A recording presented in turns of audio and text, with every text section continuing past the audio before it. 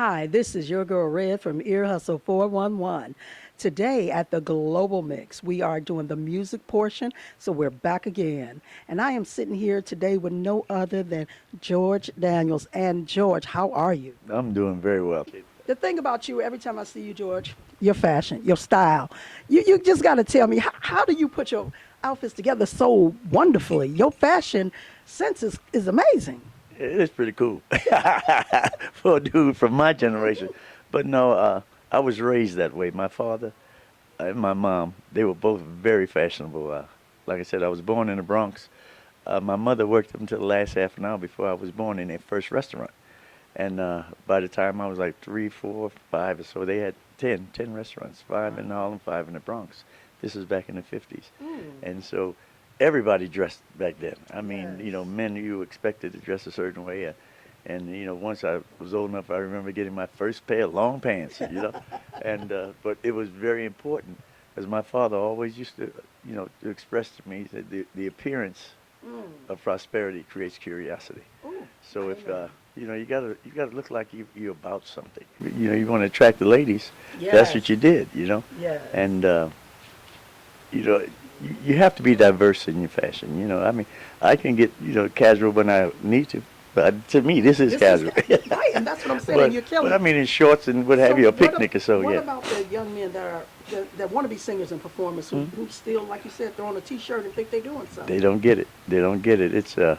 But what's missed so much in the industry is the term called, that's my water, the term called artist development.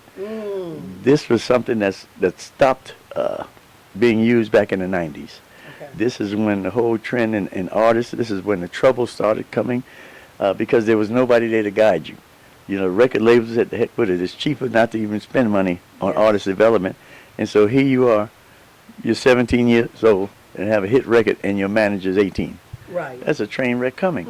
And see, so there's no guidance, and what's happened within the industry, you can see it now with certain artists. I mean, the thing between Drake and Meek Mill going on the internet and all this other stuff, social media, these are grown men. Yes. But what example are they setting for these younger guys, or the young children? And so it's frightening. It's one of the reasons why we're having the troubles we're having with all this violence and what have you. I tell you, it's subliminal messages that are being planted in our children's heads. And if I'm 5 or 6, 7 years old, my big brother's 14, 15. I'm looking up to him. Yes. And so whatever he's listening to, I'll what be I'm hearing it listening as well. Yes. And so you interpret it, and they don't realize they're programming themselves to be violent. It's a societal problem, and it's embedded in the music. Deep. Well, George, we'll have to just have a panel based on that discussion along with you, because you could really teach them something they could really use to hear it. Yeah, it's important that they hear it. Recognize the responsibility an artist has. When you recognize like you recognize nowadays, and you really, there are no more record labels, basically. Right. It's all independent type of things, and you're basically on your own, and usually just because you turn 21 don't make you an adult. That's right. So you can see right now, if you check out the transition of Justin Bieber, if you notice, you haven't been hearing much about him, have you? Right. He's quietly doing some of the most positive things, but he's totally changed his image. He's changing it. All those fellas that used to hang around with him, not anymore. And this is what Chris Brown has to do too. Absolutely. Yes. Get that And when he baggage makes that away. change, Yeah, you got to get rid of that come baggage. together. That's it. And so for me to have known all of these young artists, and Chris, I knew him since he was a little boy because I knew his mother. And all of the artists, when you look at the success of Queen Latifah, you look at MC Light, you look at LL Cool J. I mean, these are all the artists that were babies. Yes. When they were 16, 17 when they did their first installs with me. And so the relationship is really cool. So I think there's great music out here. I don't think music will ever go away. I don't care what the pundits say and all that. Someone will always want to hear music. Someone will always look for music. Now, the thing is, the way we consume it, I think, is what we're looking at and changing, because now people are more into streaming and that sort of Right. thing. But I think I still believe there's always going to be someone who wants to own a piece of a record. We might not call it a record, we might not call it a 12 inch, we might not call it a CD, whatever it is. I think people still want to be excited about a song and they want songs to make them feel a certain way. The songs today, a lot of them, especially when we look in the hip hop area, they get a little more scratchy every time. I can't understand what they're saying. I don't know what they're talking about. I love hip hop, but today's hip hop is hard to grasp. What do you think about that? I don't think it's hip hop. I think you've changed. I like that. Okay. No, here's a perfect example. My mom calls me on Saturday and she goes, "Have you seen Straight Outta Compton yet?" I went on Friday. My mom is cool like that though. It's the truth. And she said, "You know what? I noticed I'm in there." She said the story was really good, but I really liked the music. Now keep in mind, I've been an NWA fan for so long that somewhere in my garage is an Zaggin shirt. Now those of you who are NWA fans know exactly what Zaggin means. And she didn't like the music then, and what she used to say is, "I just couldn't understand what they were saying." Mm-hmm. I think that's what it is. I mean, as we evolve, I think the music is the music and the themes are the themes. I don't think there's a mistake that you have an F the Police in 1990 and then you have in 2015 Kendrick Lamar saying we hate po-pos when they kill us dead in the streets for show. Mm-hmm. The themes are the themes. I think people are people. And I think there are great artists out there saying a lot of great things, but I think the media wants us to believe that that's not what it is. You know, they want us to believe that hip hop is still inaudible and violent and all they want to do is turn up, and I just don't believe that. Yeah. Well, when you were on that panel today, is there something in particular that you wanted everybody to know? Yeah, I wanted them to know that this isn't easy. And I wanted them to know that everybody on the panel, this isn't about you sitting and just kind of falling into something because you give someone a demo. Everybody on the panel works really hard. And these names aren't necessarily names you hear on a regular basis, but these people are integral to things that affect you on a daily basis. If you turn on the radio, you hear what Barbara McDowell does for a living. You know what I mean? Like if you turn on the radio, there's a chance you hear what I do for a living. You may not ever hear my name, but that's the way it works. You know, and it's, you know, everybody gets stuck on the marquee things that they see on TV. That person does. And you always hear people say, "I want to do A&R." Mm-hmm. Like, what does the A&R person do? I don't know. I mean, that's who they mention because that's what they do with their records. Ear Hustle 411, keeping your ear to the streets. It's your girl, Jameisha Trice, at GlobalMixx 2015. I have the pleasure of interviewing, I think today you're definitely the youngest person that I've interviewed. This young man, he is a singer. His name is Rahman, and he's going to do something special for us today. So, Rahman, tell us a little bit about yourself. So my name is Rahman, and I'm a musician. I like to sing, and I've done performances around the city and different events and stuff. So, yeah. Okay. So what brings you here to GlobalMixx today? I came here today to learn more about the music industry and how it works and how I could get myself, involved, out there and get my music out there to people and stuff. Okay, wonderful. So here is your opportunity to get your music out there, Ear Hustle 411 family. We're welcoming you into our family. We get a lot of subscribers, so this is your opportunity to do something for them so they can hear your music. So sing a little something for us today. All right. Here we go. Girl, you can tell everybody. And you can tell everybody, go ahead and tell everybody, I'm the man, I'm the man, I'm the man. Yes, I am, yes, I am, yes, I am.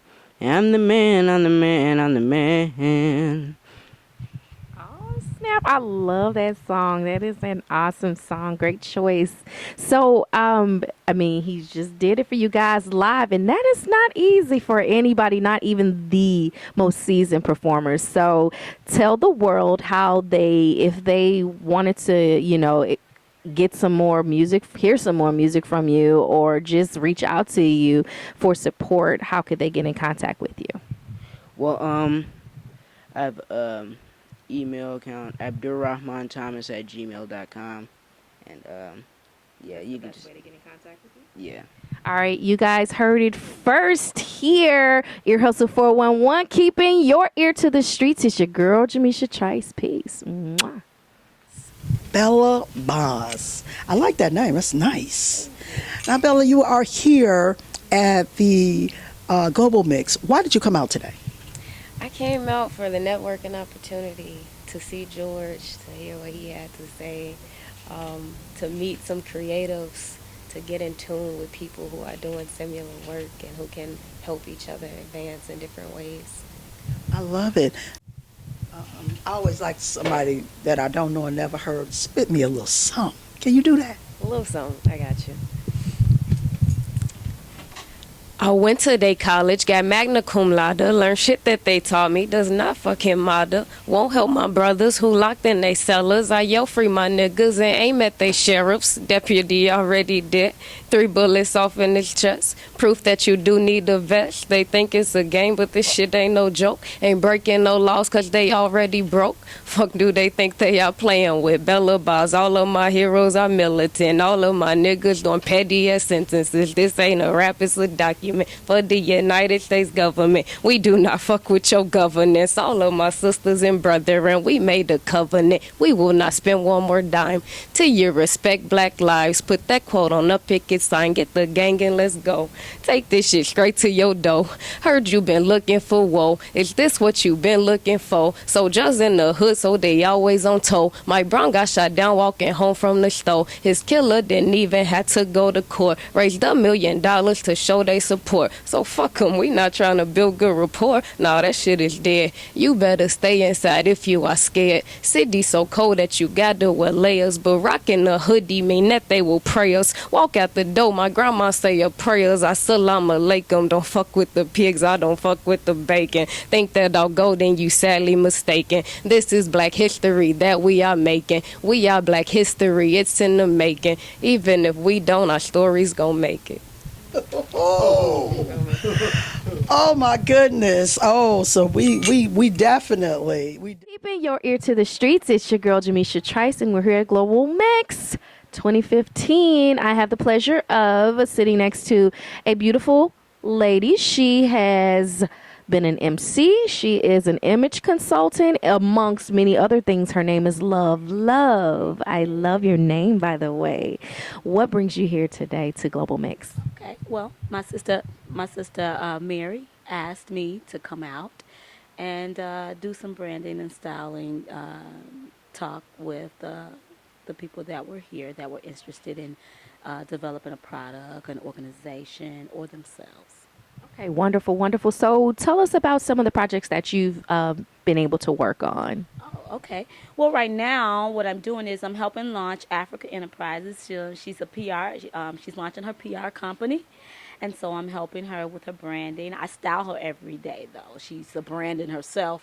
So every day now, stepping outside, it all has to connect. So every day I'm with her doing her styling as well. And also I'm working with Charles Hodge.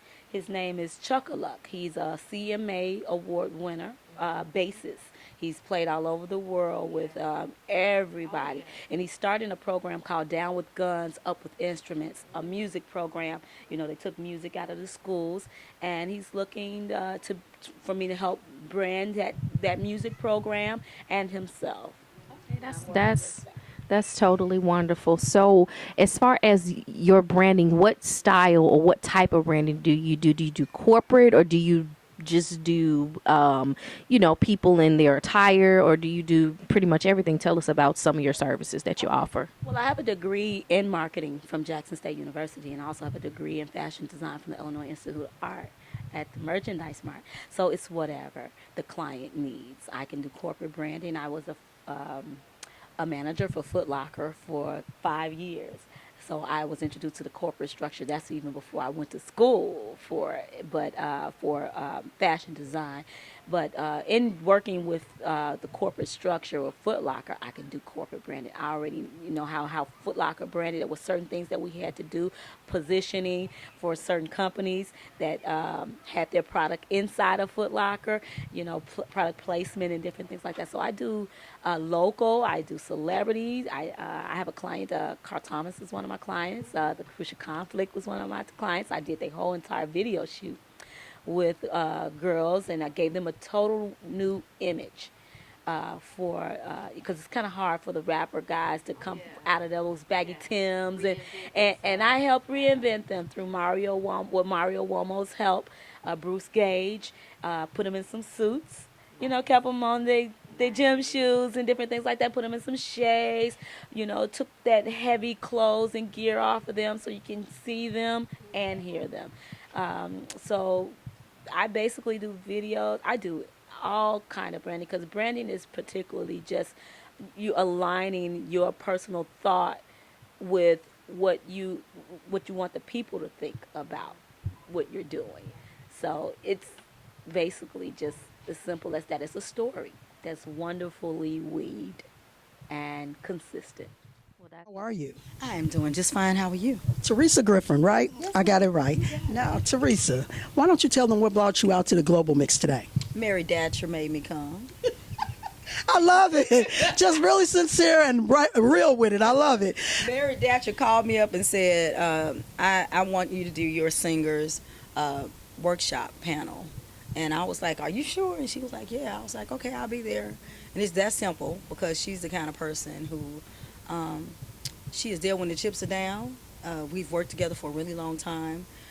She's really great at marketing music, and so when somebody likes that, picks up the phone and asks you to come and show up and do something, you figure out how you're going to get there and do it. When Mary said they come.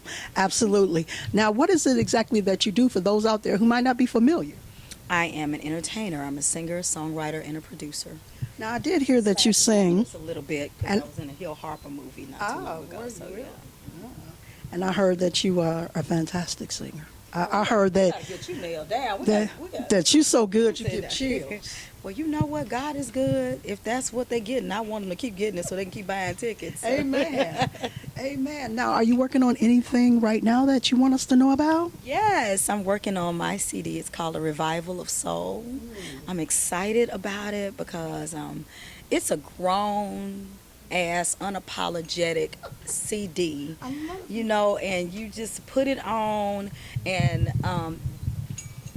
even if the song is nasty, it's not nasty because you know how Minnie Riperton, Oh, yeah. that come inside, but you was like, it ain't nasty, it's nasty, but you can still be a lady with it. That's what I'm all about. You have to be real grown to get You have it. to be real grown to get it. I think it was Ludacris who said, you can be a woman in the streets and a straight up hoe in the bed. That's what this is what I mean, you can marry me. I know that's right. I'm a keeper. Wait. Now, what's the title of the song? Well, there are different titles. One is called Cotton Candy Kisses. That one's really about a blowjob.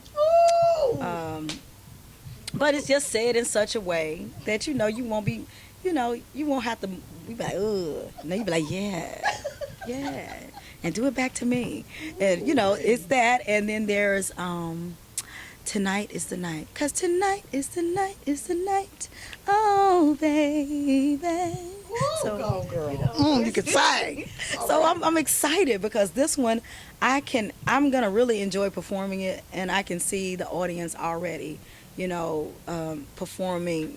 I can see them with me on that journey. You can feel it already. I can feel it. The first cut is called Save Me, and it's really a testimony to women and what we go through in relationships and how we give it all up, and then we need to be saved at the end. So this is a good R&B type. It is. It's a good R&B. It's a testimony of the journey that women go through in love. And we need that testimony. And we need that testimony. So if I, keyed your car, you had it coming. Yes, thank you. You know, you Thank you for saying that. and it's I'm all up in there. You know, you had it coming, but Lord save me because something wrong with me because I think I can go there and keep somebody else's property. I know I need to be saved, but I did it anyway. You know, so it's that. I love it. Yeah. And then there are other redeeming, moments. This song called Higher where you're just in love and somebody said I was high when I wrote it because I was like, I'm living in the clouds, swimming with the stars, dancing with some birds or something, just, and it was like. Sound like you was just feeling good. I was, and that's really what it was. I was feeling good. And when you really think about it, love makes absolutely no sense when you first fall in love. Thank you. You swimming with stars and all sorts of other stuff because you are on the amazing high until that first argument. And then fall down it goes. Come on, and then you break up the makeup. Because it's good. That's even fun. Come on. That's what I'm talking. Fun. Yes. So that's what this CD is about. Oh, that's fantastic. Now, the way R&B has been going lately, they say, pretty much it's almost non-existent. So do you think just as a woman in the game that you put that punch back in it? I'm not even trying to. I could care less. I don't care about what they think. It's an audience for my music. And I think they is the system that tries to give something that works another name so that it doesn't work. I like that. And our music sells, it works. And the minute we stop apologizing for it and just do it, neo soul is just damn R&B. They give it all these other names, retro soul, neo, so it's goddamn R&B. Right, because it's a way to divide it. Because you put a hip hop little edge to it, didn't change it. Hell, it's R&B with a damn beat on it.